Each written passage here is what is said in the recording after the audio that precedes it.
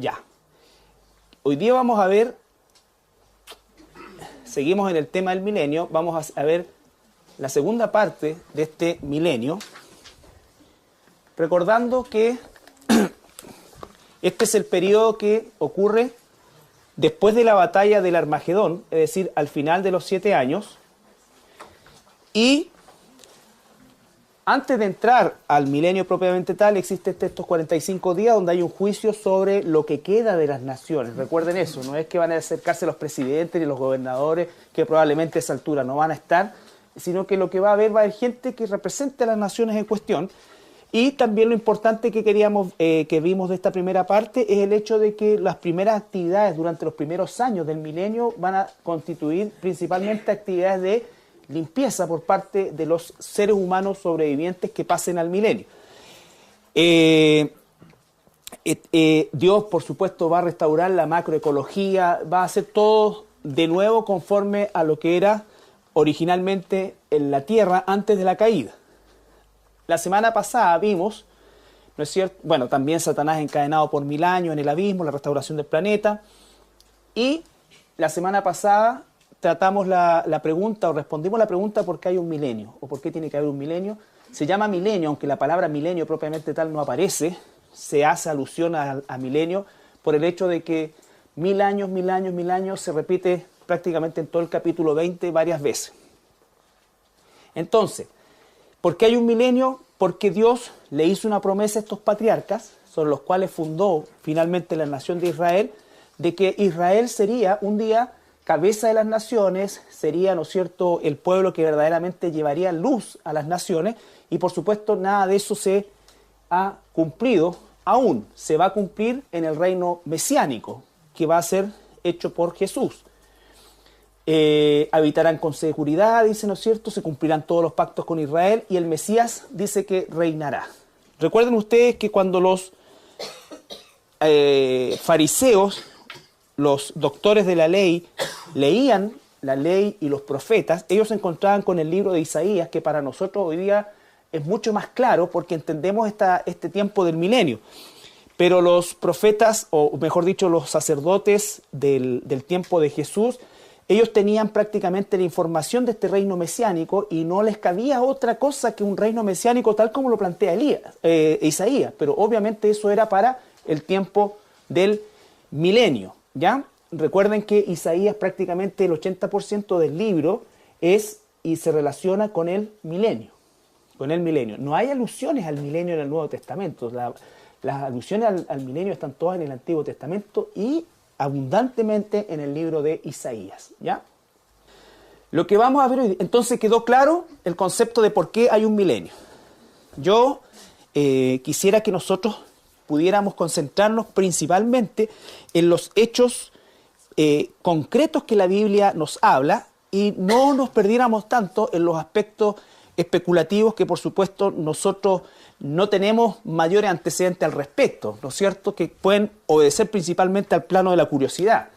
Nosotros sabemos que va a haber un milenio, sabemos que va a haber un reino mesiánico, que ese reino mesiánico va a tener características, ¿no es cierto?, completamente distintas a las que estamos viviendo hoy día nosotros, que van a ser las mismas características, ¿no es cierto?, de antes que Adán pecase. O sea, un mundo realmente, un planeta ideal, con un gobierno ideal, ¿no es cierto?, y que va a ser a partir de Israel y específicamente un gobierno desde Jerusalén. ¿Ya? Lo que vamos a ver hoy día es quiénes van a entrar al milenio. Obviamente van a ser sobrevivientes de todo el periodo de los 7 años. Sobrevivientes humanos. ¿Ya? Pero lo primero que tenemos que ver nosotros es que Dios ya nos dijo algo en el capítulo 12 de Apocalipsis. Si ustedes se recuerdan, el capítulo 12 de Apocalipsis dice, habla sobre la batalla en el cielo entre Satanás y el arcángel Miguel, ¿no es cierto?, y que Satanás es arrojado finalmente a la tierra, y eso coincide con la mitad de la semana 70 aquí en el planeta, y dice el capítulo 12, versículo 12 al 17. Por lo cual, alegraos cielos, y los que moráis en ellos. Ay de los moradores de la tierra y del mar, porque el diablo ha descendido a vosotros con gran ira, sabiendo que tiene poco tiempo. Y cuando vio el dragón que había sido arrojado a la tierra, persiguió a la mujer que había dado a luz el hijo varón. Y se le dieron a la mujer las 2 alas de la gran águila, para que volase de delante de la serpiente al desierto, a su lugar, donde es sustentada por un tiempo y tiempos y la mitad de un tiempo. Y la serpiente arrojó de su boca tras la mujer agua como un río, para que fuese arrastrada por el río. Pero la tierra ayudó a la mujer, pues la tierra abrió su boca y tragó el río que el dragón había echado de su boca. Entonces el dragón se llenó de ira contra la mujer y se fue a hacer guerra contra el resto de la descendencia de ella, los que guardan los mandamientos de Dios y tienen el testimonio de Jesucristo. Ya, lo primero que nos explica el libro de Apocalipsis en este capítulo es que Dios, a la mitad de la semana 70, ¿no es cierto?, cuando el anticristo va a ser proclamado como Mesías reconocido y todo lo que ya vimos, ¿no es cierto?, Dios va a sacar un grupo o un número indeterminado de israelitas y los va a llevar a algún lugar del desierto donde los va a sustentar y a proteger de manera sobrenatural.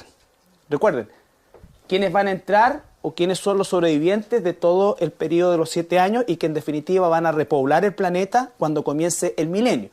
Primero que nada tenemos este remanente que no son los 144.000, recuerden que los 144.000 dan su vida en la predicación del Evangelio durante los 7 años, específicamente durante la segunda mitad. Entonces, este remanente no sabemos cuántos son ni quiénes son, lo que sí sabemos que son israelitas, porque dice que son descendientes de la mujer. Y cuando Satanás baja, ¿no es cierto?, o es arrojado a la tierra y toma posesión del anticristo en esta pseudo resurrección que va a experimentar el anticristo, lo primero que va a hacer es comenzar a perseguir y a asesinar a los israelitas, pero va a tratar de asesinar a este remanente, pero dice que Dios milagrosamente lo va a llevar a un lugar donde lo va a sustentar por 3 años y medio. Tiempo, sin la mitad de un tiempo, ¿ya? Entonces ahí tenemos un primer grupo de sobrevivientes que son este remanente que Dios ha escogido de la nación de Israel y que lo va a cuidar y sustentar de manera milagrosa. ¿Estamos? Ahora, los otros sobrevivientes, Isaías capítulo 4, versículo 2 al 4. En aquel tiempo el renuevo de Jehová será para hermosura y gloria, y el fruto de la tierra para grandeza y honra, a los sobrevivientes de Israel. Y acontecerá que el que quedare en Sión y el que fuere dejado en Jerusalén será llamado santo, todos los que en Jerusalén estén registrados entre los vivientes. Entonces dice lo primero, en aquel tiempo. Se está refiriendo, ¿no es cierto?, a este tiempo. ¿Cómo sabemos que se está refiriendo a este tiempo? Primera cosa, será para hermosura y gloria. ¿Hoy día Israel es para hermosura y gloria de Dios? No. ¿Ya? ¿Por qué más sabemos que es este tiempo, el reino mesiánico? Porque habla de sobreviviente. No está hablando ahora de este remanente, está hablando de sobreviviente. El remanente, por supuesto, es también parte de los sobrevivientes, pero no entra en esta categoría que está nombrando Isaías. ¿Por qué? Porque estos corresponden a los que efectivamente sobrevivan a todo lo que va a suceder durante el Armagedón, durante todo ese periodo de tiempo. ¿Van a quedar israelitas vivos? Claro. ¿La gran mayoría va a ser asesinado? Sí. Para este grupo de israelitas que no son el remanente que acabo de nombrar, o que nombré anteriormente, ¿no es cierto?, es lo que dice Mateo 24, que el Señor les dice, cuando vean esto, la abominación desoladora, no bajen a buscar la capa, no bajen, arranquen. Rueguen que no sea en invierno, rueguen que no estén embarazadas, rueguen. Todo eso, ¿no es cierto?, ¿es por qué? Porque van a tener que escapar, ¿ya? Ahora, los que logren sobrevivir de ese proceso son los que se refiere esto, que tenemos ya entonces otro grupo, el remanente y los sobrevivientes. El remanente es sustentado sobrenaturalmente y protegido por Dios en el desierto, y los sobrevivientes son los que obviamente lograron sobrevivir a toda la hecatombe. Isaías 10, 20 al 23. Acontecerá en aquel tiempo que los que hayan quedado de Israel y los que hayan quedado de la casa de Jacob nunca más se apoyarán en el que los hirió, sino que se apoyarán con verdad en Jehová, el Santo de Israel. El remanente volverá, el remanente de Jacob volverá al Dios fuerte. Porque si tu pueblo, oh Israel, fuere como las arenas del mar, el remanente de él volverá. La destrucción acordada rebosará justicia. pues el Señor, Jehová de los ejércitos, hará consumación ya determinada en medio de la tierra. En aquel tiempo, ¿ya? Otra vez significa Isaías no está hablando para su tiempo, sino que está hablando para un tiempo que en el caso de él es indeterminado. Hoy día nosotros con toda la iluminación bíblica sabemos dónde ubicarlo, ¿ya? Por lo tanto, por lo tanto ese aquel tiempo ya adquiere para nosotros un orden exacto dentro del plan de Dios. Se está refiriendo al reino mesiánico. Lo que está diciendo ahí está refiriéndose a sobrevivientes. Vale decir, la misma instancia que vimos en el capítulo 4. Los que hayan quedado, los que hayan sobrevivido. Nunca más se apoyarán en el que los hirió. Pausa. ¿A quién se está refiriendo ahí? Al anticristo, sí, eso, díganlo nomás. Al anticristo. Ellos se apoyaron en el anticristo porque lo reconocieron como Mesías, ¿no es cierto? Lo dieron todas las cosas. Bendito el que viene en el nombre del Señor. Todo, pero obviamente era el anticristo. Entonces ya no se van a apoyar en él, sino que se van a apoyar en el Dios de Israel.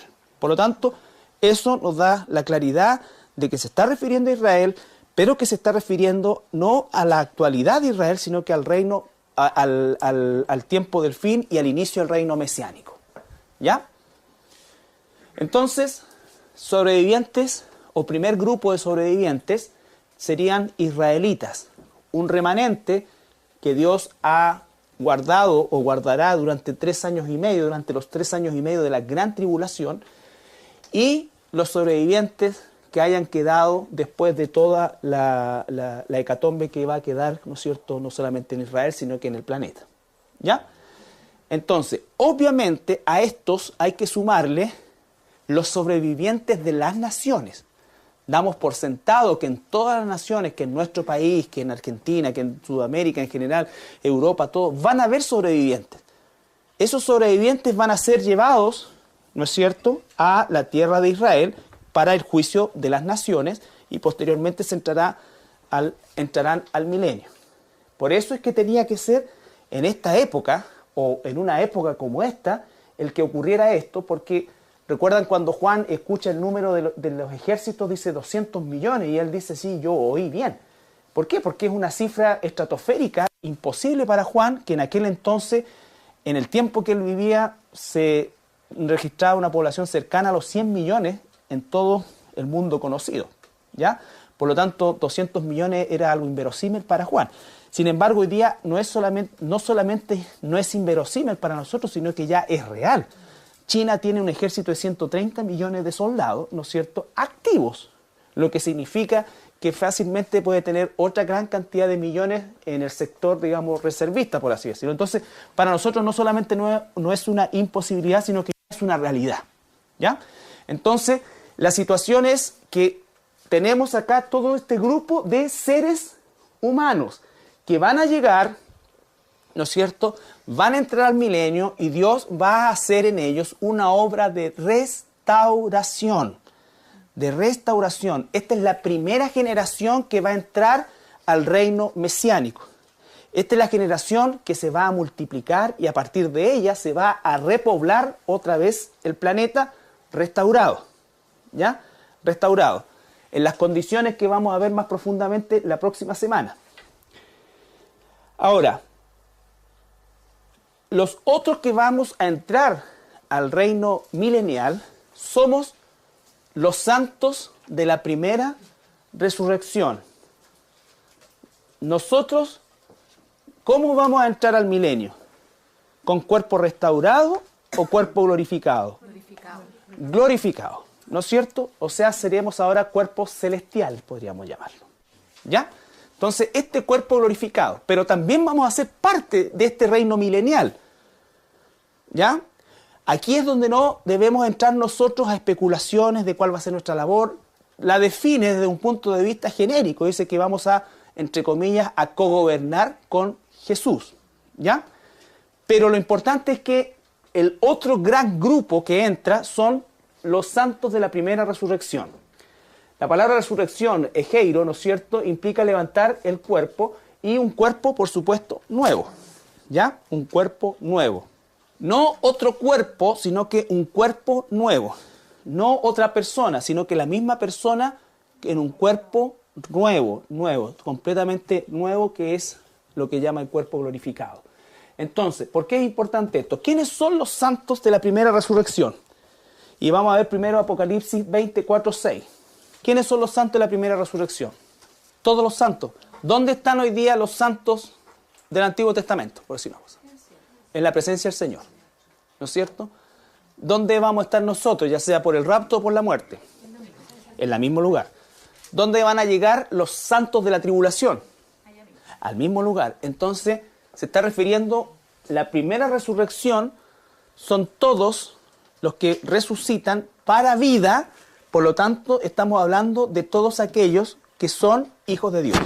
Sea desde Adán hasta el final del Armagedón. ¿Ya? Que murieron o que se fueron antes de los 7 años en el rapto. Pero son seres humanos redimidos, ahora, ¿no es cierto? Ya no restaurados, sino que redimidos, ¿no es cierto? Y que van a experimentar la resurrección. Dice el capítulo 20, versículo 4 al 6. Y vi tronos, y se sentaron sobre ellos los que recibieron facultad de juzgar. Y vi las almas de los decapitados por causa del testimonio de Jesús y por la palabra de Dios, los que no habían adorado a la bestia ni a su imagen, y que no recibieron la marca en sus frentes ni en sus manos, y vivieron y reinaron con Cristo 1000 años. Pero los otros muertos no volvieron a vivir hasta que se cumplieron 1000 años. Esta es la primera resurrección.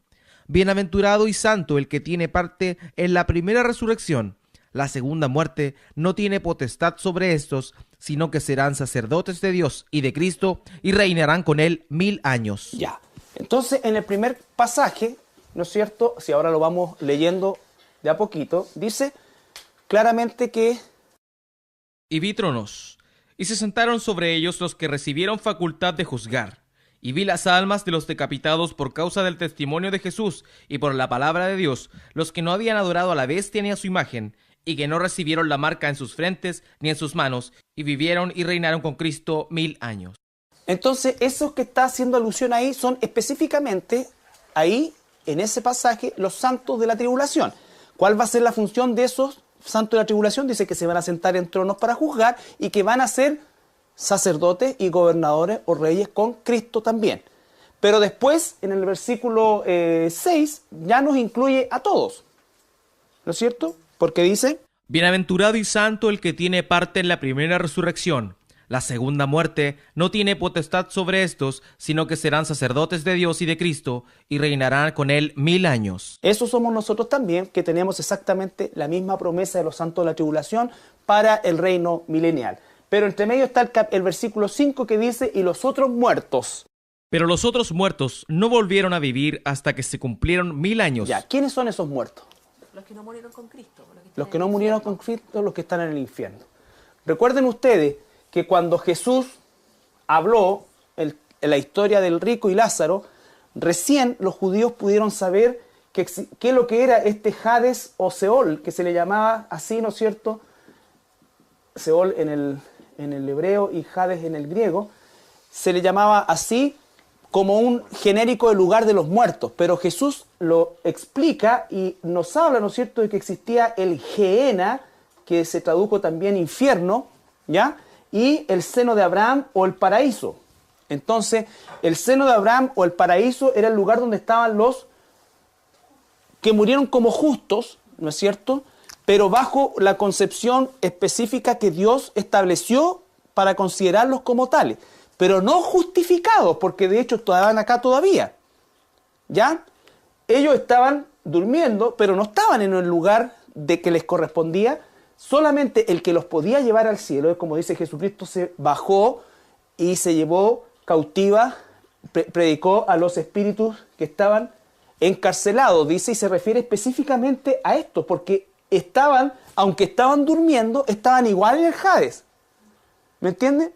Es como que a ti te meten preso en una celda aparte dentro de la cárcel, te dan un somnífero, ¿no es cierto?, y te dejan durmiendo. Es cierto, estás durmiendo, pero estás preso. ¿Ya? Y estás ahí porque estás a la espera de que baje justamente el Redentor, que es Jesucristo, y le predica a estos espíritus encarcelados y se lleva cautiva la cautividad. Y desde ese momento, ¿qué es lo que existe? Solamente el Gehenna o el El Hades o Seol solamente está hoy día el Gehenna, que es, ¿recuerdan ustedes el valle del Hinnom o del Hinnom, que era el basural de Jerusalén, que esa es la alusión que hace, o la analogía que hace Jesucristo?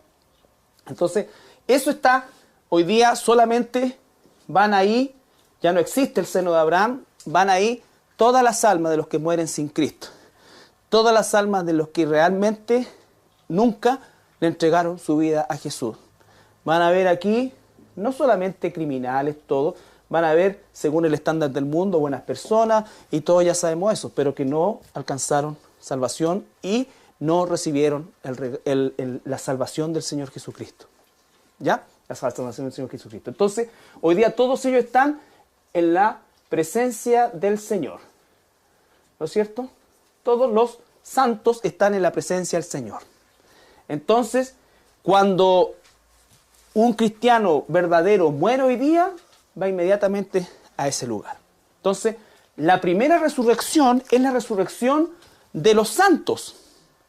La segunda resurrección es la resurrección de los condenados. Estos condenados van a levantarse para presentarse de pie, igual cuando dice el acusado se pone de pie, y le leen la sentencia definitiva, lo que le va a entregar el lugar específico y eterno que va a ocupar por la eternidad en el lago de fuego, que es la cárcel definitiva, que no está en el centro de la tierra, está en otro lado, no sabemos dónde, ¿ya? Eso lo vamos a ver más intensamente la próxima semana. Por eso dice, bienaventurados los que tenemos parte en la primera resurrección. ¿Por qué? Porque aunque los del milenio van a entrar, los sobrevivientes humanos van a restaurarse sus cuerpos, se van a restaurar la ecología, van a tener un planeta perfecto, todo, pero por ellos todavía va a correr sangre del primer Adán caído. Entonces, tienen la posibilidad de pecar todavía. El pecado todavía va a encontrar un ícono donde fregar. Pero a nosotros ya, nunca más, porque estamos en cuerpo glorificado. ¿Ya? Porque estamos en cuerpo glorificado. Y obviamente la muerte segunda, que es esta, ya no tiene parte ni potestad sobre nosotros. Pero sí puede tener potestad sobre gente, y de hecho la va a tener sobre gente del milenio.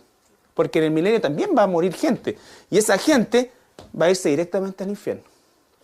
¿Ya? Va a irse directamente al infierno. En el tiempo del milenio. ¿Estamos? 2 Corintios 4, 13 y 14. 1 Corintios 4, 13 y 14. Segunda Corintios. Pero teniendo el mismo espíritu de fe conforme a lo que está escrito, creí, por lo cual hablé. Nosotros también creemos, por lo cual también hablamos, sabiendo que el que resucitó al Señor Jesús, a nosotros también nos resucitará con Jesús y nos presentará juntamente con vosotros. Nosotros, por ejemplo, estamos sufriendo en un mundo caído, ¿no es cierto? Pero no vamos a vivir como seres humanos en un mundo perfecto jamás, como seres humanos carnales como somos. Pero sí vamos a entrar al mundo perfecto, con un cuerpo perfecto, donde ya no va a tener asiento el pecado. ¿Ya? 1 Corintios 15, 40 al 57. Este capítulo de 1 Corintios, todo el capítulo 15, habla sobre la resurrección de los muertos. Es un capítulo extensísimo, tiene 58 versículos, y todos ellos están altamente relacionados y explica todo el proceso de la resurrección y los distintos tipos, ¿no es cierto?, por así decir, de seres. Habla de los seres celestiales, los seres terrenales, como para dejar bien en claro, ¿no es cierto?, las naturalezas distintas que va a tener el cuerpo glorificado del cuerpo restaurado, que va a seguir siendo un cuerpo humano como el nuestro. ¿Quién tiene 1 Corintios 15? Y hay cuerpos celestiales y cuerpos terrenales, pero una es la gloria de los celestiales y otra la de los terrenales. Una es la gloria del sol, otra la gloria de la luna y otra la gloria de las estrellas, pues una estrella es diferente de otra en gloria. Así también es la resurrección de los muertos. Se siembra en corrupción, resucitará en incorrupción. Se siembra en deshonra, resucitará en gloria. Se siembra en debilidad, resucitará en poder. Se siembra cuerpo animal, resucitará cuerpo espiritual. Hay cuerpo animal y hay cuerpo espiritual. Así también está escrito: fue hecho el primer Adán alma viviente y el postrer Adán espíritu vivificante. Mas lo espiritual no es primero sino lo animal, luego lo espiritual. El primer hombre es de la tierra, terrenal. El segundo hombre, que es el Señor, es del cielo. Cuál el terrenal, tales también los terrenales. Y cuál el celestial, tales también los celestiales. Y así como hemos traído la imagen del terrenal, traeremos también la imagen del celestial. Pero esto digo, hermanos, que la carne y la sangre no pueden heredar el reino de Dios, ni la corrupción hereda la incorrupción. He aquí os digo un misterio: no todos dormiremos, pero todos seremos transformados. En un momento, en un abrir y cerrar de ojos, a la final trompeta, porque se tocará la trompeta, y los muertos serán resucitados incorruptibles, y nosotros seremos transformados. Porque es necesario que esto corruptible se vista de incorrupción, y esto mortal se vista de inmortalidad. Y cuando esto corruptible se haya vestido de incorrupción, y esto mortal se haya vestido de inmortalidad, entonces se cumplirá la palabra que está escrita: sorbida es la muerte en victoria. ¿Dónde está, oh muerte, tu aguijón? ¿Dónde, oh sepulcro, tu victoria? Ya que el aguijón de la muerte es el pecado, y el poder del pecado la ley. Mas gracias sean dadas a Dios, que nos da la victoria por medio de nuestro Señor Jesucristo. Ya. Entonces dice claramente que ya después la muerte no tiene poder, o el poder de la muerte se anula sobre nosotros en la resurrección, ¿ya? Y vamos a tener un cuerpo distinto al cuerpo físico. La carne y la sangre no pueden heredar el reino de los cielos. Ahora, nosotros tenemos que saber que Jesús, cuando hablaba, ¿no es cierto?, que los sepulcros de los sepulcros van a salir los cuerpos, todo esto, está hablando, por supuesto, para que entendamos el concepto de resurrección. Pero obviamente no se va a levantar el cuerpo no sé, ni el nuestro. Si morimos 1 año, 2 años después, vamos a estar hechos completamente cenicita, ¿no es cierto? Y lo que se está refiriendo es que efectivamente va a haber una resurrección. Y por supuesto que hace alusión al sepulcro para que se entienda que justamente implica ese concepto de resurrección. Ahora, Lucas 20, 34 al 36, de palabras, porque aquí es el apóstol Pablo y el apóstol Juan los que han certificado esta resurrección, pero el que habla a continuación es el mismo Señor Jesús. Lucas 20, 34 al 36. Entonces respondiendo Jesús les dijo: los hijos de este siglo se casan y se dan en casamiento, mas los que fueren tenidos por dignos de alcanzar aquel siglo y la resurrección de entre los muertos, ni se casan ni se dan en casamiento, porque no pueden ya más morir, pues son iguales a los ángeles y son hijos de Dios al ser hijos de la resurrección. Ya, ¿no es cierto? Son igual a los ángeles en relación a ¿qué? Claro que ya la muerte no tiene poder sobre nosotros y la resurrección, ¿no es cierto? Entonces, el ángel tiene una naturaleza, el cuerpo glorificado tiene otra naturaleza, ambas son naturalezas celestiales, pero no necesariamente van a ser iguales. Lo que está diciendo es que nuestra condición va a ser como la de los ángeles, que dicen que no nos vamos a casar, ni ir en casamiento, ni nada de eso, ¿ya? Sino que efectivamente estamos en otra situación. Pero ¿qué es lo maravilloso? Que ya la muerte no tiene potestad sobre nosotros. Somos hijos de la resurrección. Somos hijos de la resurrección, ¿ya? 1 Tesalonicenses capítulo 4, versículo 13 al 18. Entonces, esta es la bendita esperanza del pueblo de Dios, la resurrección. Y más bienaventurados nosotros que somos parte de esta primera resurrección. Por eso cuando hablamos de luchar contra el pecado, de santificarnos, de vivir realmente la vida como hijos e hijas de Dios, es porque tenemos ya un galardón superior a cualquier otra cosa que pudiésemos nosotros esperar, aún la esperanza milenial, aún por sobre esa. Tampoco queremos, hermanos, que ignoréis acerca de los que duermen, para que no os entristezcáis como los que no tienen esperanza. Porque si creemos que Jesús murió y resucitó, así también traerá Dios con Jesús a los que durmieron en él. Por lo cual os decimos esto en palabra del Señor, que nosotros que vivimos, que habremos quedado hasta la venida del Señor, no precederemos a los que durmieron. Porque el Señor mismo, con voz de mando, con voz de arcángel y con trompeta de Dios, descenderá del cielo, y los muertos en Cristo resucitarán primero.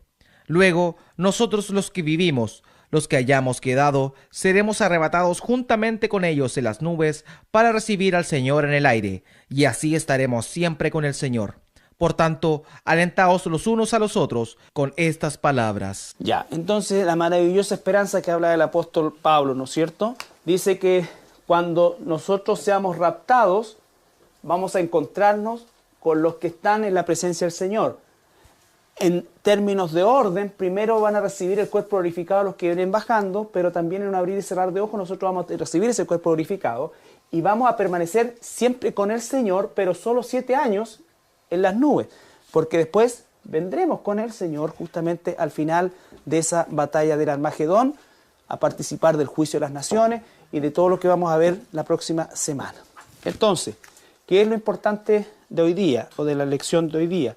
Era el hecho de saber quiénes son los que entran a este reino milenial. En categoría seres humanos restaurados, Dios se va a reservar durante la segunda mitad de la tribulación un remanente de un número indefinido de israelitas que van a ser protegidos y sustentados milagrosamente por el mismo Dios del cielo, ¿no es cierto? Algunos especulan que van a comer maná, ¿no es cierto? Que, en fin, Dios les va a proveer de lo que ellos necesiten para subsistir.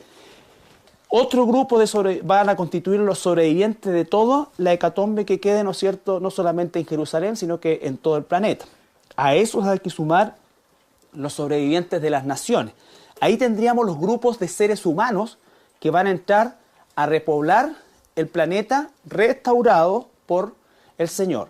Ellos son los que van a tener que ejecutar esas labores de limpieza los primeros años del milenio, ¿no es cierto?, mientras que el Señor restaura todo lo que es el macro ecosistema, ¿ya? Y se restablece todo lo que era el orden adámico, ¿no es cierto?, antes de la caída en cuanto a la relación entre el ser humano y la naturaleza, los animales, ¿no es cierto?, la alimentación, la dieta, y como lo vamos a ver la próxima semana, que vamos a ver un poco cómo va a ser la vida en este milenio. Hoy día necesitábamos ver quiénes entran a este milenio, ¿no es cierto? La próxima semana vamos a ver cómo va a ser la vida, según lo que la Biblia nos describe en el mismo libro de Isaías, durante el milenio.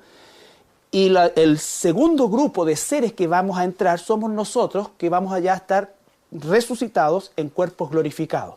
¿Cuál es la función que se nos describe? Que seremos reyes y sacerdotes y reinaremos estos 1000 años con Jesucristo. Eso es lo que se dice de este segundo grupo, que ya no es cuerpo humano caído, sino que es cuerpo nuevo glorificado.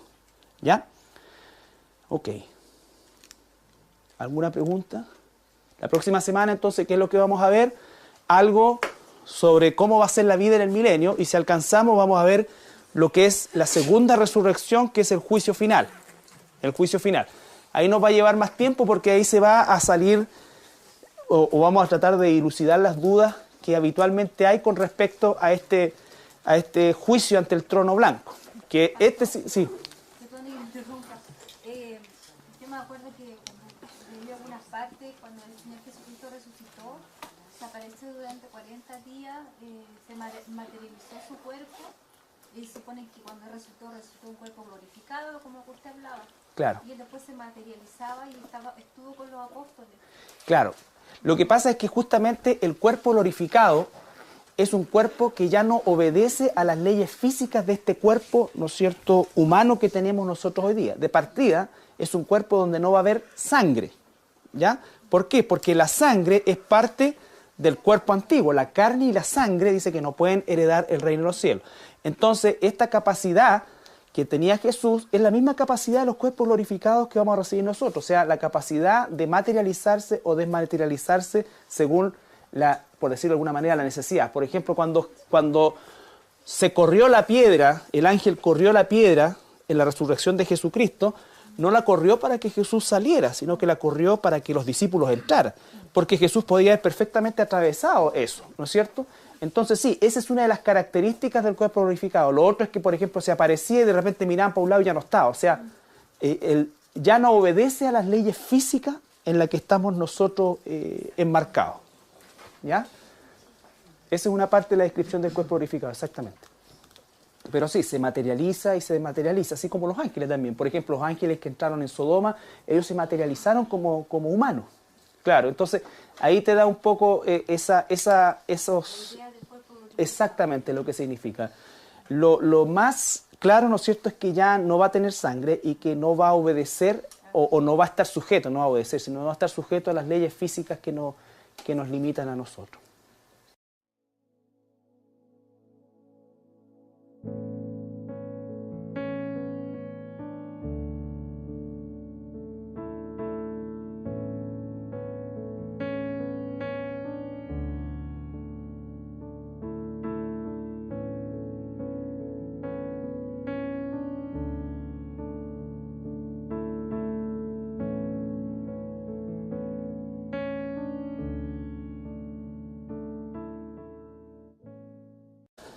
Yo quisiera que nosotros pudiéramos concentrarnos principalmente en los hechos concretos que la Biblia nos habla y no nos perdiéramos tanto en los aspectos especulativos que por supuesto nosotros no tenemos mayores antecedentes al respecto, ¿no es cierto?, que pueden obedecer principalmente al plano de la curiosidad.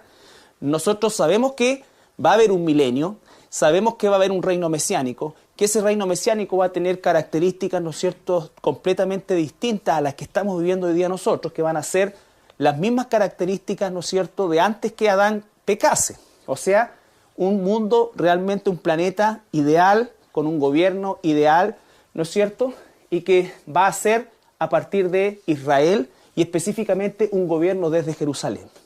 ¿Ya? Lo que vamos a ver hoy día es quiénes van a entrar al milenio. Obviamente van a ser sobrevivientes de todo el periodo de los 7 años. Sobrevivientes humanos. ¿Ya?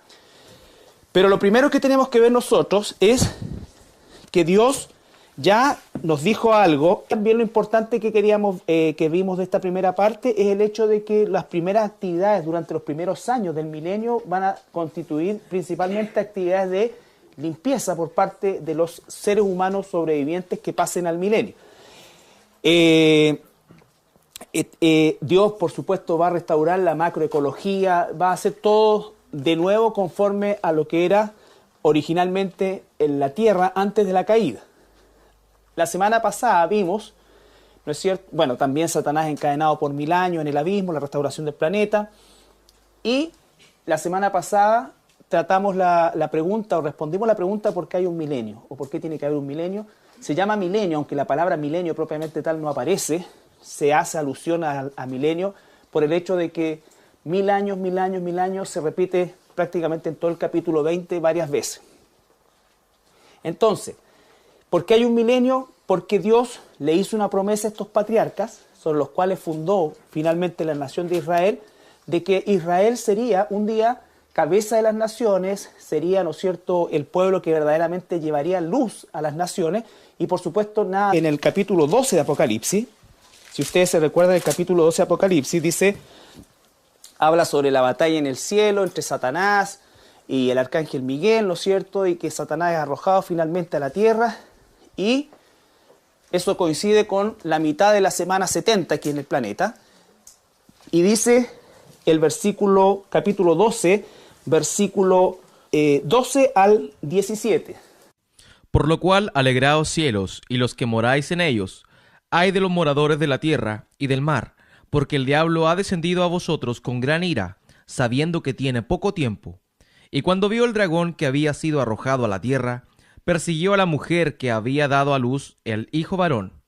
Y se le dieron a la mujer las 2 alas de la gran águila, para que volase de delante de la serpiente al desierto, a su lugar, donde es sustentada por un tiempo y tiempos y la mitad de un tiempo.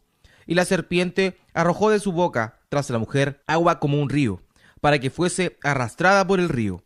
Pero la tierra ayudó a la mujer, pues la tierra abrió su boca y tragó el río que el dragón había echado.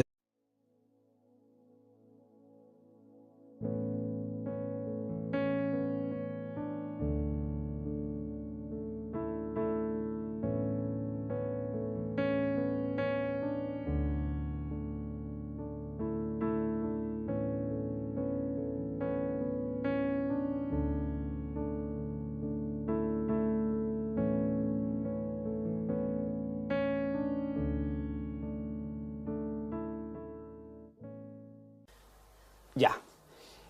Hoy día vamos a ver seguimos en el tema del milenio. Vamos a ver la segunda parte de este milenio, recordando que este es el periodo que ocurre después de la batalla del Armagedón, es decir, al final de los 7 años, y antes de entrar al milenio propiamente tal, existen estos 45 días donde hay un juicio sobre lo que queda de las naciones. Recuerden eso, no es que van a acercarse los presidentes ni los gobernadores, que probablemente a esa altura no van a estar, sino que lo que va a haber gente que represente a las naciones en cuestión, y de eso se ha cumplido, aún se va a cumplir en el reino mesiánico, que va a ser hecho por Jesús. Habitarán con seguridad, dice, ¿no es cierto? Se cumplirán todos los pactos con Israel y el Mesías dice que reinará. Recuerden ustedes que cuando los fariseos, los doctores de la ley, leían la ley y los profetas, ellos se encontraban con el libro de Isaías, que para nosotros hoy día es mucho más claro porque entendemos este tiempo del milenio. Pero los profetas, o mejor dicho, los sacerdotes del tiempo de Jesús, ellos tenían prácticamente la información de este reino mesiánico y no les cabía otra cosa que un reino mesiánico tal como lo plantea Isaías. Pero obviamente eso era para el tiempo del milenio, ¿ya? Recuerden que Isaías prácticamente el 80% del libro es y se relaciona con el milenio. Con el milenio. No hay alusiones al milenio en el Nuevo Testamento. Las alusiones al milenio están todas en el Antiguo Testamento y abundantemente en el libro de Isaías, ¿ya? Lo que vamos a ver hoy, entonces quedó claro el concepto de por qué hay un milenio.